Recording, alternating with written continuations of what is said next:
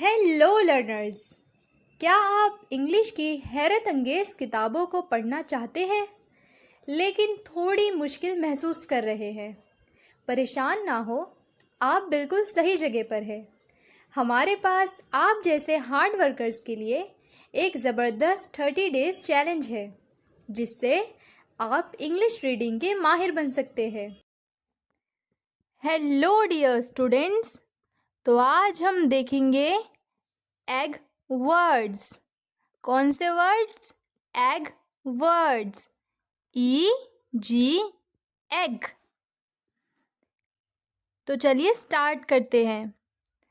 प egg peg, प egg peg, प एग पैग, क एग कैग, क एग कैग, क एग कैग, ल एग लैग, ल एग लेग, ल egg leg.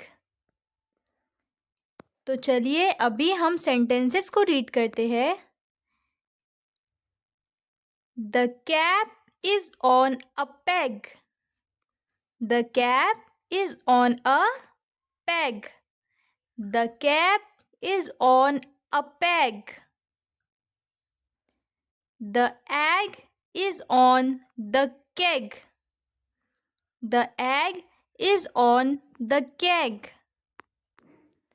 The egg is on the keg.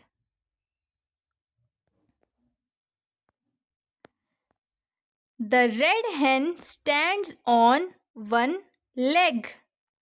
The red hen stands on one leg. The red hen stands on one leg.